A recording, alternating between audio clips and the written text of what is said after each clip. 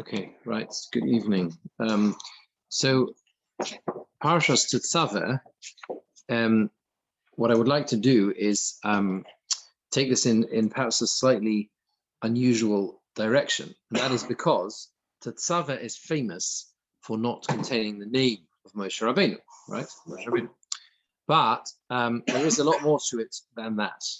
And there's a lot more in Tetzave in terms of the relationship between Moshe and Aaron, the absence of Moshe, what that signifies, what that means.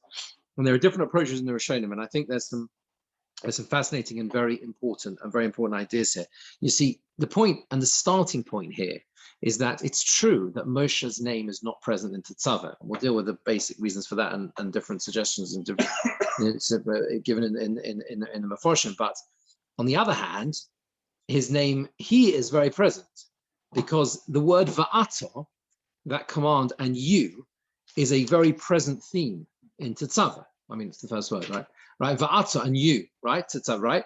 And again, if you look at the few psukim later, the va'ata at the beginning and you is a command to Moshe Rabbeinu about the menorah, and then you got va'ata and you, you should bring near Aaron, and the whole way through. And in fact, the whole second half of the parsha, which details the inauguration of Aaron Kubonov, right? So the Korbanos, and the whole way through it, you, Tasa, you should do this, you should do this, you should do this.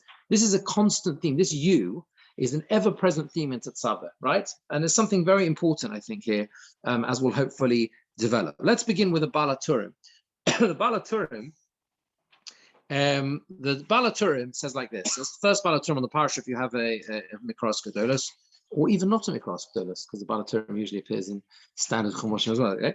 The Balaturim says like this: Lo hiskem Moshe b'zeh haseder. He brings the Chazal. Moshe is not mentioned in the whole of this parsha, which is not the case in the rest of Chumash. Obviously, it is the case before he appears. But once he appears, Moshe Rabbeinu, right, he is mentioned in every other parsha to the end, other than Tetzave. Is that right? Yeah, I think so. Then he's speaking, right? Yes, it's interesting. He says, Chumash. Yeah, that's right. He says, when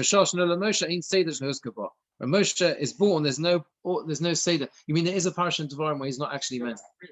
Right. His name isn't mentioned, right? Because he's still because it's one constant dialogue. Yes, interesting. Yeah. So first he brings, it's a Zohar. I think it's a Gemara Makkos he brings as well, that Moshe Rabbeinu said, "Wipe me out." Wipe me out. There's one we're all familiar with, right? And therefore his name was erased from this, because we have a principle, which is if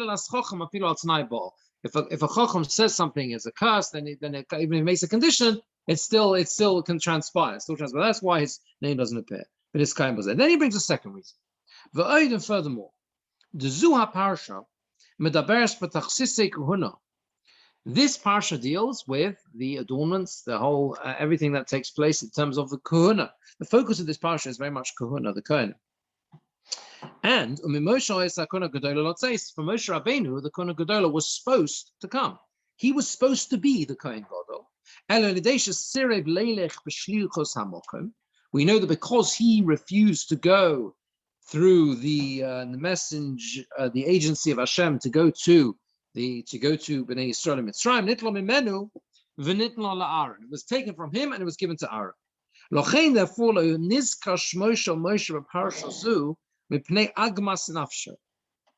Because of the pain that he himself experienced by not being able to fulfill this aspect of what was going to be his role, in other words, the actual Kohana Gedolah, and therefore it's a representation of the pain that Moshe Rabbeinu feels that his name is absent, because there's an absence for him.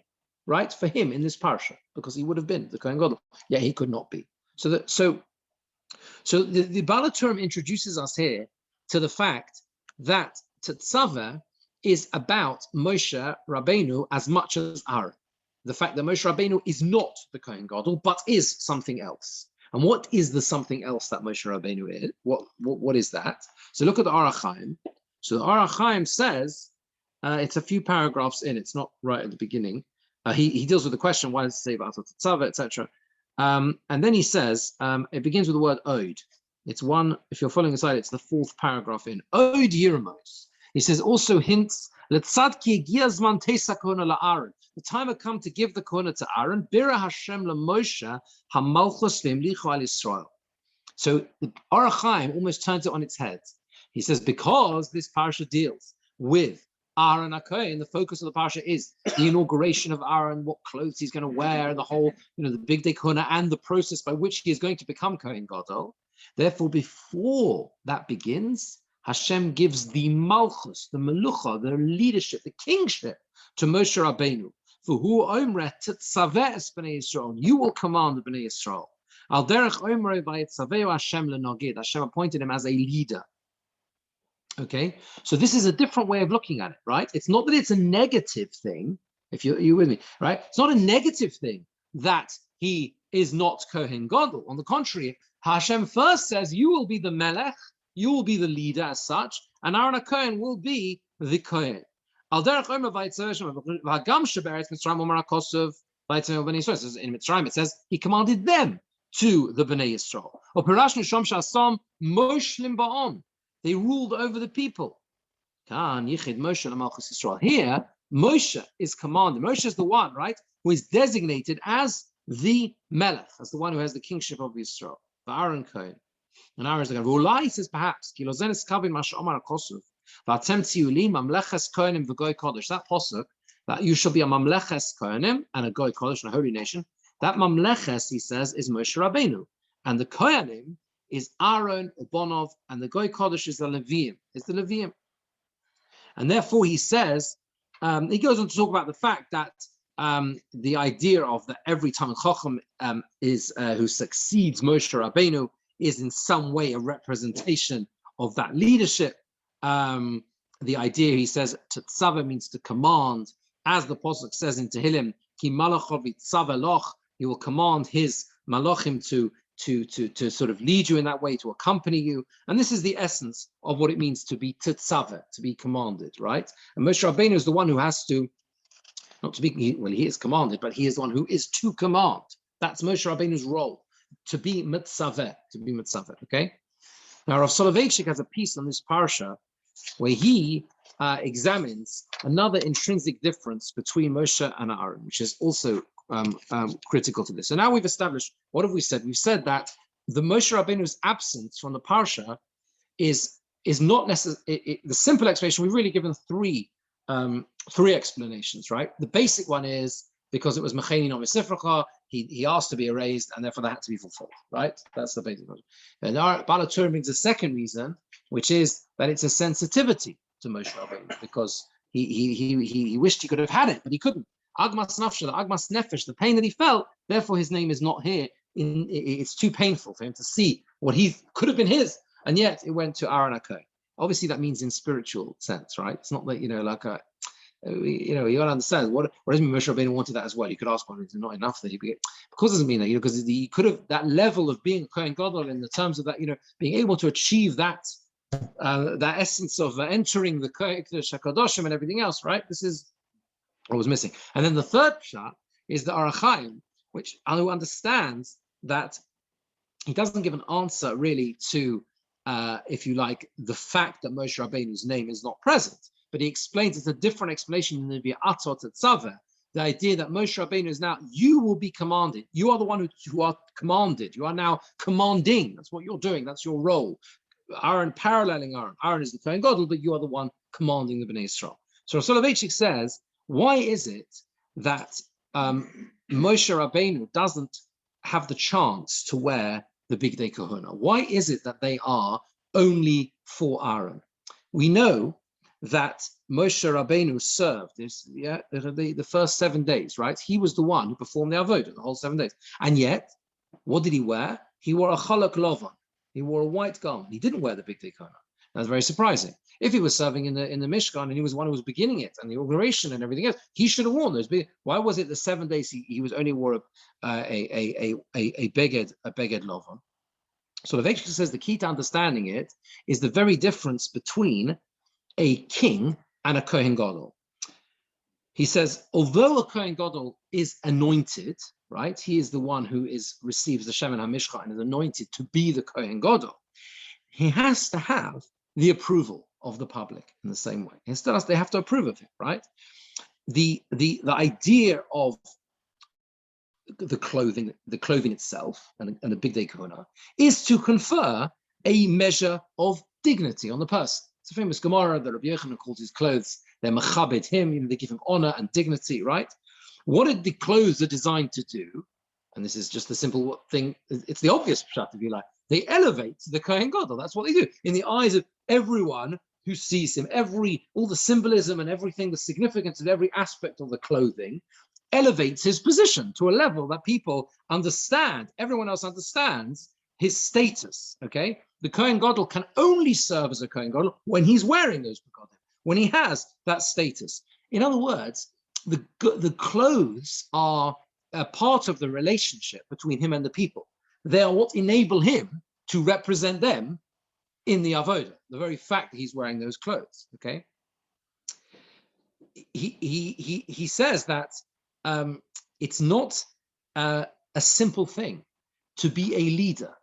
To be a leader is not something, and whether that's a king or a Kohen Gadol, it by default requires consensus. If the people don't want you, if they don't support you, if they don't elevate you to that role, then it doesn't matter what you might be carrying out something, but in fact you're like a person wandering off without, you left the people behind, in other words, right? So there is a contract, if you like, there between those in a position of leadership and representation, such as the Kohen Gadol and the people. Otherwise, there's no good. We'll come back to that idea, that relationship between them a bit later on.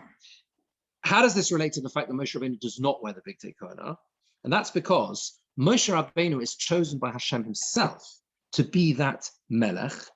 And even if, he says, he would have become the Kohen Gadol for the long term, okay, he wouldn't have needed those clothes because he was in so much of a class of his own in that way that he calls it the clarity of his character.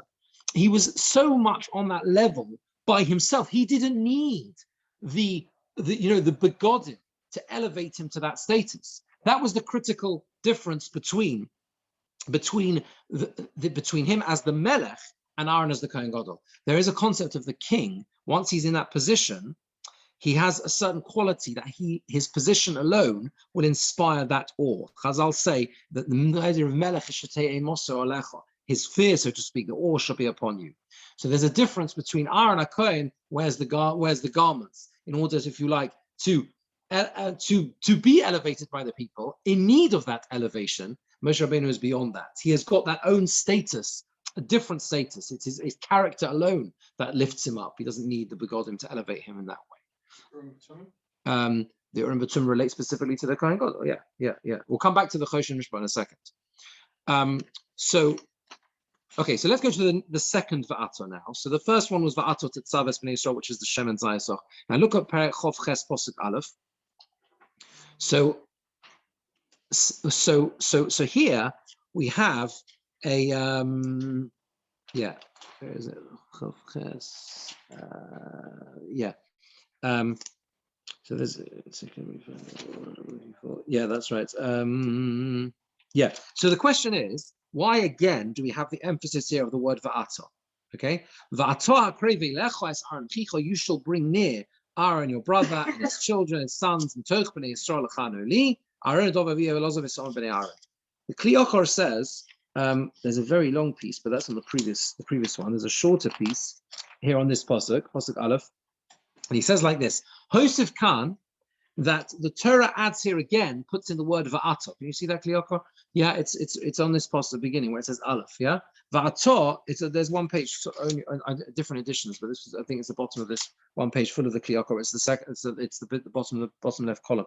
Hosakan loshan va'ato. Adds here the word va'ato. Lo malach shmitzad ma'aseh ha'egel nisrachik Aaron k'mosh nifslu b'chari Yisrael. There was a problem.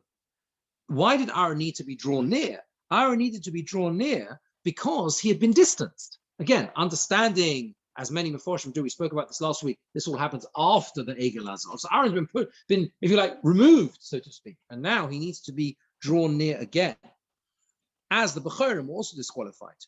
Moshe Karavo b'tfilah. So Moshe drew him near in his tefillah, as it says, it brings the posuk in Dvorim where he davens for Aaron at that time, it says, Sahi.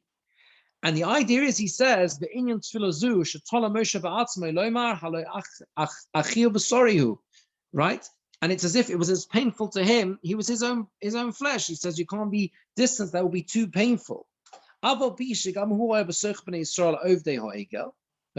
sorry. It says Nimsa. He says Moshe Elov, because Moshe Rabbeinu drew him near. Al Kain, therefore Nivchar, he was chosen. B'schus Moshe. You draw near is because it's you. It's you have the only one who can, if you like, put Aaron in this position of being a Kohen Gadol. Do you understand? Because you're the one who davened for him. It has to be you who drew him near. Otherwise, after what happened with Egel Azov, it wouldn't be possible for him to continue in that position. And it was all on account of you. That's why it says you draw near from amongst the Bnei Yisrael. So the first pshat in the Kliyakar is, what does it mean you bring near? It's in the merit of Moshe. It's chus of Moshe Rabbeinu. That's what it means for Atzah. The second pshat, however, is something which relates to the point that I mentioned before from Rav Soloveitchik, which is, it relates very beautifully, fits together very nicely, about the idea that the Kohen Gadol also depends upon that relationship with the people, which is itself what the garments are doing. They're elevating him in the eyes of the people so that they understand, they have that respect for him. Look at the Dova Acher. Dova Acher, he says another pshat, the Kach Nema mitoch Bnei Yisrael. You draw near to you from amongst the Bnei Yisrael.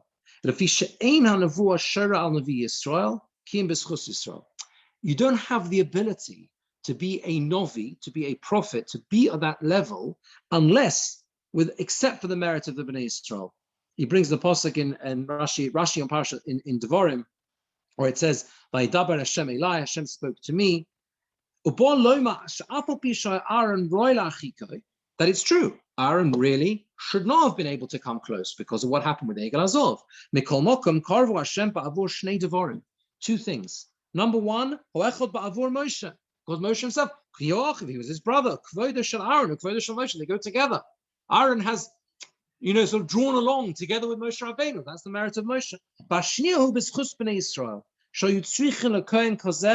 They required someone like this with the qualities that Aaron had, who could make peace. So it's a beautiful pshat in the pasuk. The pasuk is, you draw near to yourself because, in other words, your davening on behalf of Aaron has enabled him to take up this role, but it's mitoch Bnei Yisrael. It's because the Bnei Yisrael, it's ultimately in their merit. And it's ultimately based on the idea that they require you to be in this position. Had it not been for them, if not for their zechus, and if not for the fact that they need a leader with, in a context of a Kohen Gadol, with the qualities that Aaron has used, specifically refers to the idea that he has Osa Shalom, it would be impossible for him to come near. So that's for the Atzah, and it's Metoch B'nai Yisrael. We find slightly later on something else, which also again demonstrates the idea and the relationship between the Bnei Yisrael and Aaron himself. If you look about Chof Ches Pasuk Yud Beis, you have a Rashi on Avnei Zikaron. That's right, Pasuk Yud Beis, Chof Ches Yud Beis. So these two stones. So what is it? What the Torah here is describing the Avnei Shoham. So the stones that are on the two edges of the ephod, right? The shoulder, so they're on the edge of the shoulder straps. The straps come up behind the ephod on the shoulders, and there they have these two stones, right? And these stones have engraved on them the names of the Bnei Yisrael. This is separate and distinct from the Choshen. These are names on each of the Avnei Shoham. And it's Shisham Ishmosam Alevnu Achas, 6 on one stone and 6 on the other, right? Hashishanu Shom Aleven Hashenis Kisol Dosom. And it talks about how they are engraved in this way. There's a setting of gold and the stones. Then it says, Pasuk Yud Beis, you shall place the two stones on those shoulder straps of the ephod. You with me? The ephod is being the apron. Shoulder straps come up behind, from the back, right? They come up behind, and they are there, so they're on his shoulders, the two stones, right? And what are they? They are Avnei Zikaron Bnei Yisrael, stones of remembrance for the Bnei Yisrael.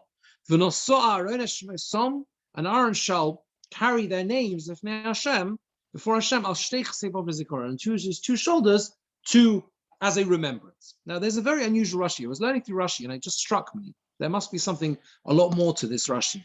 Look at Rashi there's a very short Rashi on Yud Beis. Lezikaron, she'ei roya HaKadosh Baruch Hu hashvatim kesuvim lefanov, that Hashem should see the shvatim written before him, the yizkor zitkasa, and he will remember the righteousness of the shvatim by seeing the shvatim, by seeing the names of the shvatim written on the stones. Therefore, that's how he remembers the zechus of the righteousness of the shvatim.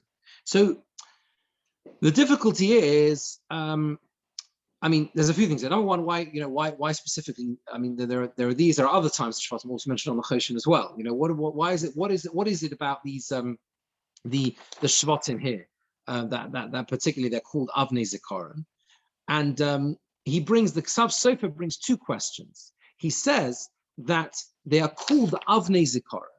That's why they're called the Avnei Zikaron. But why does it say Avnei Zikaron Livnei Yisrael, for the Bnei Yisrael? If the idea is that the names of the Shvatim are mentioned on the stones, right? So to speak, to be a Zikaron, a remembrance of the Zechus of the others, what has he got to do with the Bnei Yisrael? Why are they Avnei Zikaron Livnei Yisrael? That's his first question. And his second question is that since it says at the beginning, you shall place the Samta Eshtei Avonim, the two stones on the kisvos, on the shoulders of the ephod, right? Why is it that it then says again, V'noso Aharon, and Aaron shall bear them? Well, obviously he's going to bear them, right? Obviously he's going to carry them, right? It doesn't need to say that, right? If you're placing them on the shoulders, that means he's going to wear them, right? That's the whole point of the exercise throughout the whole parsha. So why does it need to say he shall bear them? What is going on? So the Ksav Sofer says like this. He brings a shlah. The shlah says at the end of the Tochachon there's a pasuk, Vayikra v'zacharti es bris Yaakov. Hashem says, I will remember. That's why there's the idea of Zikaron. She says, I will remember the zechus of the Avos, Avram, Yitzchak, Yaakov, Yaakov, Avram, Eskar, right? I will remember that, yeah. And the idea is that the Shlah says, if the descendants of the Avos do not go in the way of the Avos themselves, then it's almost like the remembrance of the Avos is actually something negative. Maybe he fits it into the fact that it comes at the end of the Tochacha, right? The admonition. So, coming in there. So it can be something bad, because the whole point is, right, that they were so high, such a high level, and what happened to their descendants? It's like a negative thing. But when they continue that path, then they have a zechus. When Hashem recalls the Maaseh Avos, it's also a zechus for their children as well. So what he says is, he says like this. He says the Avnei Zikaron, they were to remember the Avos in front of Hashem, which was what Rashi says, but they were also a remembrance for the Bnei Yisrael themselves. It was to remind the Bnei Yisrael that they should also remember the Avos. They should see the stones and think, am I matching up? Are we matching up to where they were? They were also Avnei Zikaron Livnei Yisrael, that they should remember them themselves. And that's what it means, he says, that it's at the end of the pasuk. That's why it says again, and Aaron shall carry their names Lifnei Hashem. The higher level that Aaron is able to wear the ephod with these names is when the Bnei Yisrael, whom he is representing, yes, are themselves able to connect with the names on the stones. If they are Avnei Zikaron Livnei Yisrael, if they are Avnei Zikaron that the Bnei Yisrael themselves can connect to and continue the path of the Avos, then he will bear them Lifnei Hashem, almost like the pinnacle, the higher level, the highest level, because that gives them the ultimate zechus. And again, detailing how Aaron's responsibility and relationship in every way and every aspect of what he does is as part and parcel of representing the Bnei Yisrael and having that connection, that relationship with them. One final idea, and that is in Perek, again, Chovches, Pasuk Chovches. If you look at Pasuk Chovches, there is an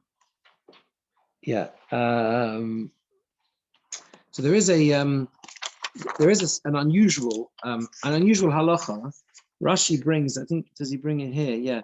It's one of the mitzvahs in the Torah. It's one of the Tariag mitzvahs. Yeah, that the v'lo yizacha choshen me'al ha'ephod, right? That the choshen must remain fixed to the ephod. It must not separate. There's a long discussion. Rashi goes in great detail, right? How the choshen, you've learned the Rashi, how the choshen is fitted and the straps and things, right? It doesn't move. It's fixed in place. What is the idea? Why is it that the choshen must not move from the ephod? I have a sefer from Mordechai Eliyahu, Zechron Levrachah, Divrei Mordechai, where he talks about the idea. Why is it that it was so essential that the choshen doesn't move from the kohen? So he says that the essence of mishpat, of justice, is that it has to have a sense of permanence. It has to be fixed, and the idea is that the ephod, I think he says this somewhere here. 1 second. He says, the choshen mishpat, of course, represents the judgment, and the ephod, I think he says, represents the idea of the begodim themselves, or the person himself of the kohen. So in other words, the fixed idea of the choshen not removing itself from the ephod. I can't find exactly where he says about the ephod, but he says about the choshen mishpat, the idea of permanence. It must be fixed in every way. If he's going to be the shliach of Klal Yisrael, he himself needs to be ensure that he carries this out himself. Sheyizaru, he says, Shoftei Yisrael shlo sur mimishpatei haTorah klal. The choshen is fixed to his person, is fixed to the ephod, right? And so the whole, in the sense that he himself has to set that example of leadership. There's no if that choshen is moving, what represents justice and judgment and the right thing to do, then everything will fall apart. And in a similar way, there's a sefer called Menachem Tzion who says that the ephod represents, what is an ephod? We translate it as an apron, as a sinar. So he says an ephod represents, it's like a sign of something you work in. Of course, it wasn't. It was a big day kurna, right? Like a tray. You think of an apron like that. He says it's a symbolizes avoda, work, toil, hard work, right? What is the choshen? The choshen has the urim v'tumim. It's got the shema mefurish, right? So what does the choshen represent? It represents the Torah, the spiritual element. Yeah, the idea of the Torah itself, right? He says the idea of tying the two together is to ensure there's a harmonious balance between one's work and the Torah, right? It's a beautiful idea. It brings the mission of others. Yofet Talmud Torah im derech eretz. You're working hard at both. You won't have time to do the wrong thing. You won't have time to sin. Okay, so this is the idea. It's a lovely idea, right? It's a slightly different one. Mordechai Eliyahu approaches it from the direction of the choshen mishpat is attached to Ari. They're all fixed together. The ephod and the choshen. He has to be fixed in his sense of mishpat. That's one pshat. His pshat is a different one, but equally vital. The avoda, again, it was like people they're looking at the Kohen God. They think they see the ephod and they think avoda, work, and like a work, as if it's a work garment, right? But attached to it is the urim v'tumim, is where it says the Shem Hashem, because you do the two together, you keep the two in balance. Yofet Talmud Torah derech eretz, the work is done at the right time, and there's always Talmud Torah with it as well. Then the two of them together, and that's why it's so important. And one ensures that one's approach to the choshen mishpat with the urim v'tumim and the shema mefurish inside it is never separated from one's approach to work. If we go through life without that sense of whatever I'm doing in the mundane world, isn't connected to the spiritual world and to the Torah, that's when we can chas v'shalom lose our way. If we keep them, then we never lose it. And it explains why this is actually a love. It's one of the, many of the Moni HaMitzvahs, those who list the mitzvahs, they count this as one of the Tariag mitzvahs. Seems very surprising. It was only relevant to the Kohen Gadol. It's only relevant to the Kohen Gadol, but it's not, because the message of keeping the two together, according to this Pashat, is equally vital for all of us. That's a nice. Okay. Have a good evening. Thank you. Pleasure. Thank you. Thank you. Okay, Thank have a good night. you very much. Pleasure.